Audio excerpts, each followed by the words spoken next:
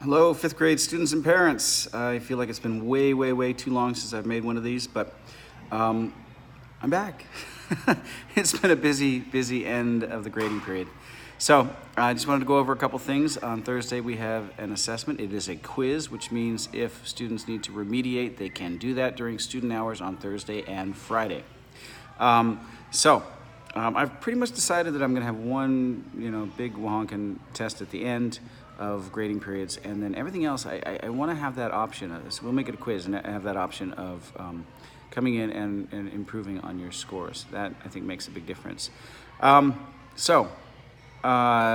one is about two things, Freak the Mighty and about diagramming. So we have, for Freak the Mighty, we're up through chapter 18.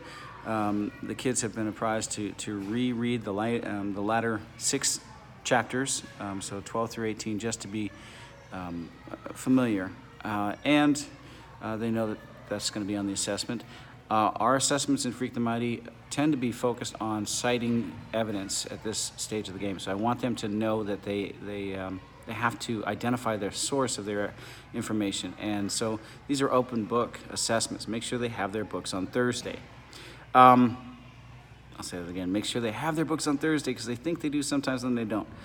Anyway, the other part, this is the diagramming. I sent home the diagramming guides last night. It covers everything we've done in diagramming, plus a couple things that are not on there. Obviously, if we haven't covered it in class, it's not going to be on the assessment. That doesn't make any sense to do that.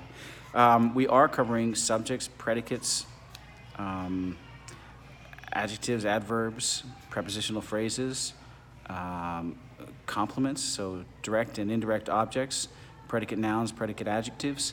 And we're also looking at compound and complex sentences. And again, students have diagrammed all of these in class already. So we're at the point where we're transitioning between needing me to draw the lines to show where everything goes and not.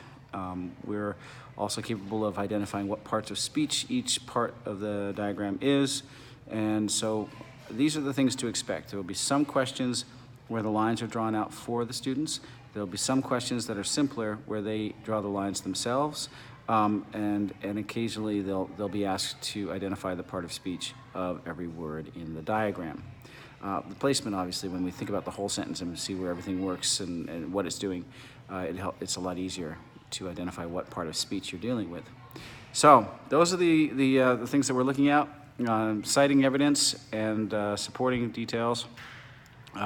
Some inference from the reading selections, and on the writing side, we're looking at the diagramming. Still working on those narratives. It's just a hard slough. You end up with 40 hours of reading and evaluating. So they have their submission grades for grading period 1, and we will be a couple weeks getting them fully assessed and back to the students so we can improve. Have a wonderful day, and take care.